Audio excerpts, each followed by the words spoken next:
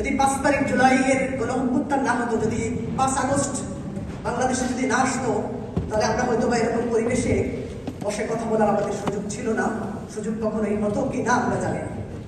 এই জুলাই শুধুমাত্র 36 দিনের ফসল নয়। এই জুলাই শুরু হয়েছিল সেই 2008 সাল থেকে। 2008 থেকে 2024 পর্যন্ত আমাদের অনেক ভাই বোনদের রক্তের উপর দিয়ে এই জুলাই এসেছে।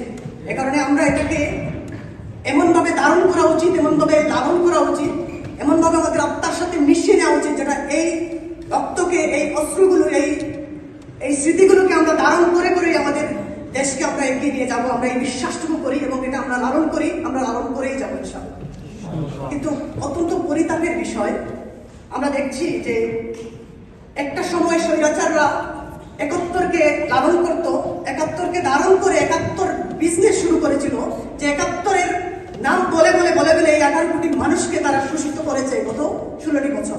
কিন্তু এই গণ অভ্যুত্থানের 1 বছর পূর্ণ হতে না হতেই আমাদের মাঝে এরকম কিছু স্বৈরাচারের প্রতিচ্ছবি আমরা দেখতে পাচ্ছি।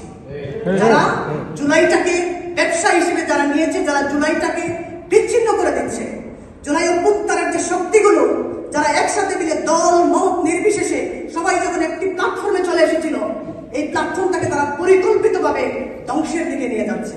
আমরা জানি, আমরা বিশ্বাস করি, আমরা উপলব্ধি করছি যে এটা শুধুমাত্র যারা জুলাইয়ের সামনের সারিতে ছিল বা যারা জুলাইয়ের নেতৃত্ব ছিল, এটা শুধু তাদের কাজ নয়, এদের পিছনে কাঁঠাল রানী এবং সেই স্বৈরাচারের দোসররা তাদের পিছনে কাজ করছে।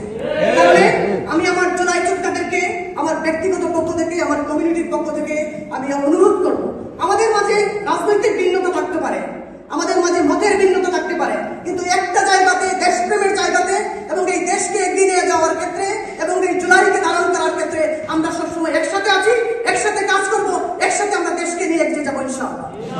উপস্থিতি, জুলাই এখনো শেষ হয়নি, জুলাই এখনো শেষ হয়নি।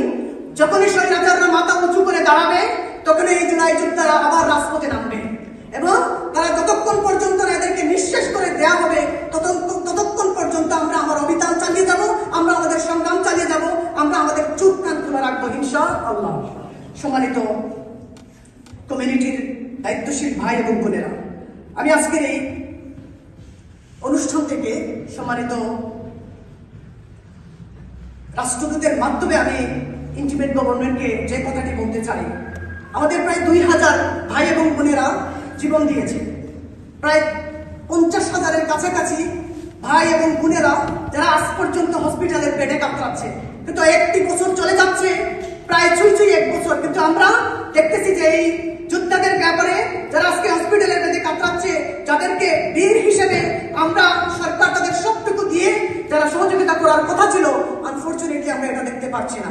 আমি ইন্টিমেটকে বলতে চাই যে আমাদের জুলাই যোদ্ধারা হচ্ছে আমাদের রত্ন, তারা স্যাক্রিফাইস করেছিল বলেই আজকে এই পতাকা সমন্বিত হয়েছে। এই পতাকা তারা উপরে নিয়ে এসেছে তাদের রক্তের মাধ্যমে। আমরা যেন তাদেরকে যাদের যতটুকু মূল্যায়ন করা উচিত ততটুকু আমরা করব, আপনারা করবেন ইনশাআল্লাহ। আমি দ্বিতীয় যে বিষয়টি বলতে চাই, একজন প্রবাসী হিসেবে আমরা আমাদের ভোটাধিকার নিয়ে আমরা আগেও দাবি জানিয়েছি, এখনো আমি বলতে চাচ্ছি যে প্রবাসীদের ভোটাধিকার আপনারা নিশ্চিত করতে হবে। আপনারা 1 পা আগাচ্ছেন তো 3 পা পিছনে যাচ্ছেন। পুরো ধরনের ষড়যন্ত্র, এটাকে যত ষড়যন্ত্র আসবে সব ষড়যন্ত্রকে উপেক্ষা করে আপনারা আমাদের ভোটাধিকার নিশ্চিত করতে হবে এবং হবে। শেষ কথা যেটা বলবো, সম্মানিত প্রিয় উপস্থিতি, আজকে জুলাই ঘোষণাপত্র পাঠ হয়েছে, পেশ হয়েছে, বাট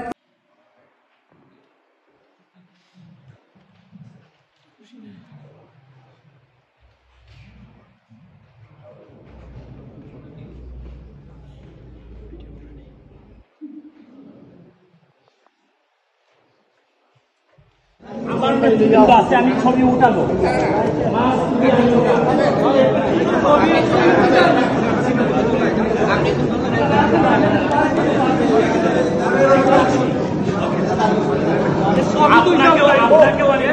কালকের দল আজকে আপনাকে অনেক কথা, জামাতর দুই তো একজন নিবেন বক্তব্য, এমপিরও একজন দিবেন, এটা দেখবেন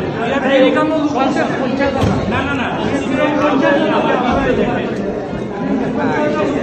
কেউ একজনকে বন্ধ করবেন, আপনি বলেন। আপনার নেতার সাথে আমার কথা হয় না, আপনি আপনার নেতাকে বলেন, আপনার নেতা আমাকে বলেন। বললেন যে ভাই একটা নাই আমরা কথা বলছি সঠিক না এটা সঠিক না এখানে আমাদের গাইড করছে যে আমি কোনো খারাপ আমার কোনো খারাপ কিছু দিই নাই।